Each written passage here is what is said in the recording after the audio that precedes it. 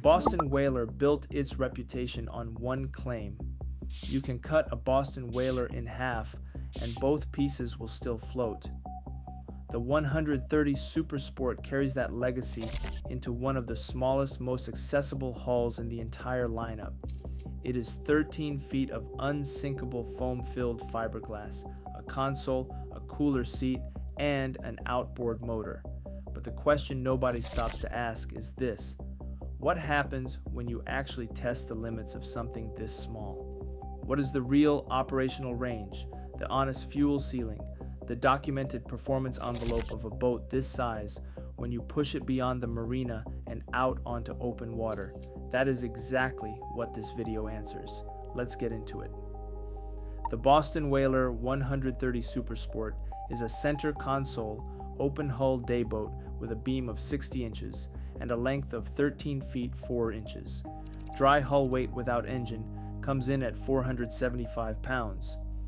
Maximum capacity is rated at 610 pounds, which covers persons, engine, and gear combined. That capacity rating matters from the first moment you configure this boat because the math is tight. A standard 25 horsepower 4-stroke outboard, the most common pairing for this hull, weighs approximately 130 pounds, with two adults averaging 175 pounds each, and basic gear at 30 pounds, you are at 510 pounds before you add fuel. A 6-gallon portable tank at full capacity adds approximately 36 pounds. You're now at 546 pounds. You have 64 pounds of margin remaining. That is not a large number, and it governs every configuration decision on this vessel. The hull itself is what distinguishes this boat from everything built at a comparable price point. Boston Whaler's unibond construction process fills the space between the inner and outer fiberglass skins entirely with closed-cell polyurethane foam. There is no void. The foam is structural, permanently bonded, and it does not absorb water. The result is a hull that cannot sink under any normal operating condition, including complete swamping. That is not a marketing claim. It is a U.S. Coast Guard certified flotation standard that this hull meets. The practical consequence for range and offshore capability is direct. A swamped boat that stays afloat is a recoverable situation. A swamped boat that sinks is not. For a vessel this size operating without a bilge pump requirement and without a flotation device separate from the hull structure itself, that safety margin is a genuine operational advantage. The hull is rated for a maximum of 25 horsepower. Boston Whaler's recommended pairing for the 130 Super Sport is the Mercury 25 4-stroke or the Tohatsu 25 4-stroke, both of which fall within that rating and both of which qualify as portable engines under U.S. Coast Guard classification. The 25 horsepower ceiling is not arbitrary. At 13 feet 4 inches and a beam of 60 inches, this hull reaches its stable performance plateau well below the mechanical limits of larger outboards. Adding more power does not produce meaningfully more performance. It adds weight, moves the center of gravity aft, and compresses the capacity margin further without delivering the speed or range gains that might justify those trade-offs. The design decision is a constraint, but it is an honest one. With the Mercury 25 4-stroke installed and 2 persons aboard at combined 300 pounds, the 130 Super Sport reaches a top speed of approximately 26 miles per hour under manufacturer documented testing conditions. Cruise speed at approximately 4,000 revolutions per minute falls in the range of 17 to 19 miles per hour. Those are the numbers this hull produces at its designed operating load. They are not the numbers produced by a single occupant running light, and they are not the numbers produced at maximum capacity. The range calculation follows directly from the fuel system. The 130 Super Sport uses a portable fuel tank. Standard configuration is 6 gallons.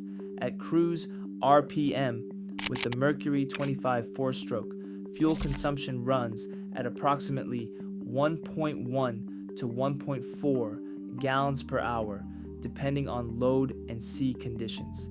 At 1.2 gallons per hour average consumption and an 18 miles per hour cruise speed, 6 gallons of fuel covers approximately 90 miles before the tank is dry.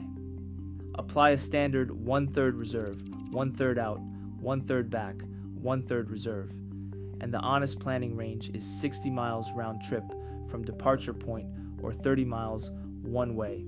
That is the operating radius on a single tank under normal conditions. That figure defines what this boat is and what it is not. It is not a vessel you take offshore for extended passages. It is not a boat you load with full gear, 2 adults, and a cooler and expect to have margin for weather. It is a day boat with a defined, calculable, honest range.